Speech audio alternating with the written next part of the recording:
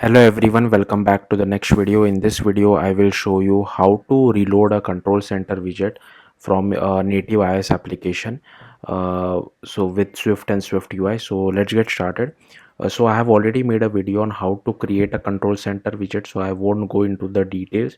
This is more about how to reload a control center widget. So yeah, let's have a look. So first what you will have to do is now inside VS Code I have opened one practice project. From it I will be copying some code, but I will explain you as we go along. Now I am using UIKit. You don't have to use UIKit. If you want, you can use Swift UI as well. The control center code will be written entirely in Swift UI. We can't write that in UIKit, but the app a native iOS application code I will write it in UIKit. But yeah, you can use Swift UI as well. There is less UI code, more business logic code. So yeah, so first I'll just go to my practice project and I'll copy few things and then I'll explain it to you. So I'll come over here and I'll paste it inside my view controller. So firstly we will have to import widget kit. Then I have created a UI label as well as a UI button. So what we will do is we will be having a label as well as a button, and on click of the button we will be incrementing count and storing that count inside user defaults. Also this particular value we will be displaying inside our control center widget as well, and once a control center widget is clicked, that value will also get updated from inside user defaults and displayed on control center. But every time I update the value from our app, I want the control center to get updated as well. So that's the difference from my previous tutorial. So here I have created a UI label as well as a UI button. This is the key. So user default stores value in key value pair. So this is the key which I'm using. You can change it whatever you feel like, but do remember this name because we need to use this name in a control center and lot other places as well.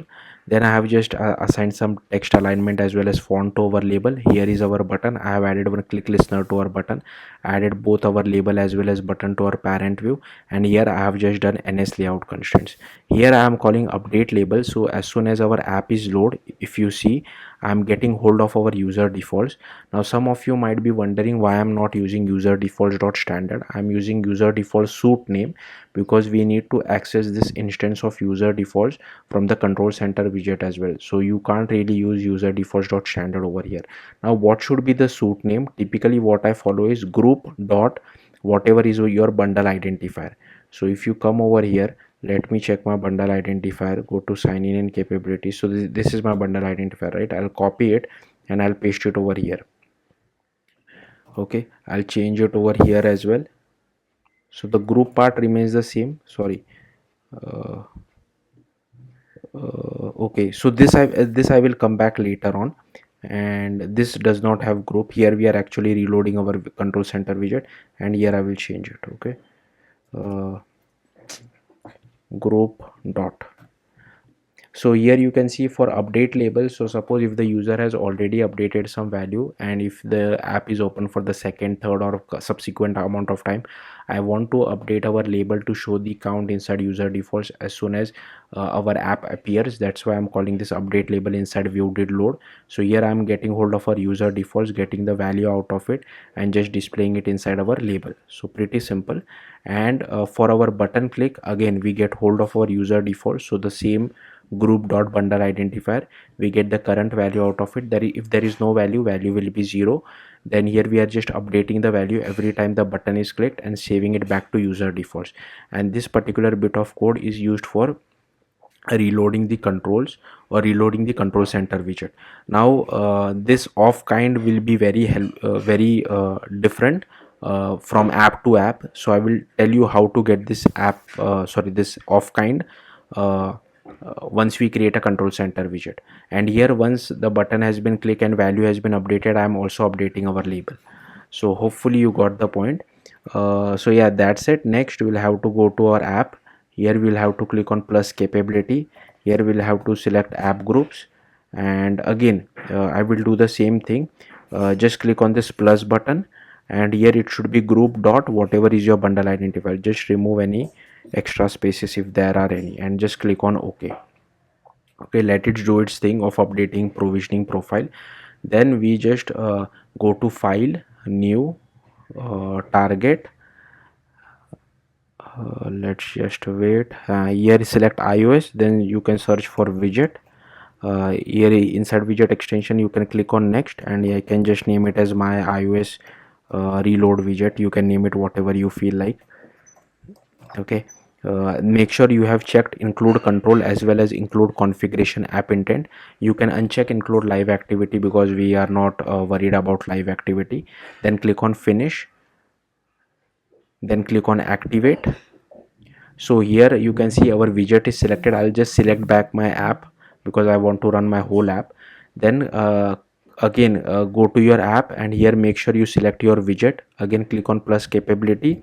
Here you can select app group, and do the same thing. Just click on this plus button, group dot your apps bundle identifier. Okay, and not the widget bundle identifier. The widget bundle identifier is little bit different. So group dot whatever is your app bundle identifier, and again click on OK. Now if you see your widget bundle identifier, it is more or less the same, but at the very end it also appends whatever is our widget name. So that we will have to copy. Again the bundle identifier of your widget you will have to copy, and then you will have to paste it over here. So that's how it comes from. I'll just paste it over here. Okay, so this is done. Next we'll have to go to our control center widget, and then I will just again copy some code. So firstly I'll copy this increment intent file. So this particular increment intent will be called on a button click. So our control center will have a button. Every time we click on the button, the value will get updated in user defaults. So I'll just create a new empty file.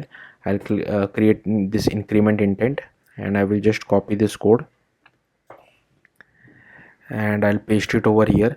So here you can see it is extending from app intent. This is the title name. You can change it to whatever you feel like. This key is the same which we have used it in our main app of user defaults. Then again this particular method we are overriding it from app intent. So I have not written it by myself. We are overriding it from app intent, and then we do the same thing. So this method is called once our button is clicked. So basically we are doing the same thing, getting hold of user defaults, getting the value out of it, incrementing it by 1, and saving it back to user defaults. This return dot result is boilerplate which you have to write. Okay, now again we'll have to copy the same bundle identifier which we had inside our main app. So I'll just change it over here as well. So I'll just copy and I'll change it over here. Okay, so this is done. Next is we'll have to go to this my iOS reload control widget. So currently at the time of me recording, SwiftUI control center widgets only supports two types of SwiftUI widgets, either a control widget toggle or a control widget button. So I want a control widget button, so I'll just comment this control widget toggle, and again I'll just come over here and I'll copy this code. Okay, and I'll paste it over here. So basically here we are creating a control widget button. On click of the button we are calling our increment intent file. Then here we need to get hold of our user defaults, and whatever value we get, we display it inside our text component. And here is one image as well. Okay, so how to get this user defaults? So again we can do the same thing. So just copy this and I'll paste it over here. Again this should be our own app bundle identifier. So again I'll just remove this. I'll come over here. What was the bundle identifier? So this was my bundle identifier. I'll copy it and I'll paste it over here, and this is the key which has been used for user default. So same key you will have to use. I think that should be it. So I'll just indent it properly. Let me run on the simulator. Once the output is ready, I'll come back and show you guys the output. Element button, and here you can see the value changes. Now the value is 6. I will go back, create our control center widget. I'll just scroll down, click on this plus button, click on add a control, and here you can see this is my widget. So I'll just click on it. I can just drag it just to make it more visible, and here you can see the value is 6, which was the value present inside our user defaults. Now I can change this value as well. So the value is 7, the value is 8.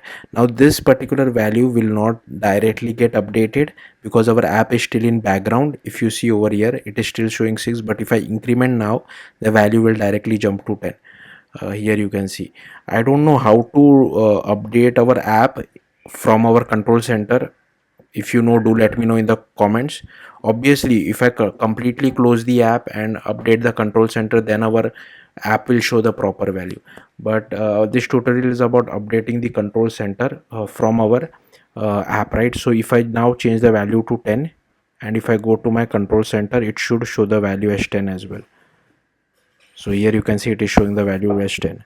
So hopefully you got the point. That's it. Thank you for watching. Bye.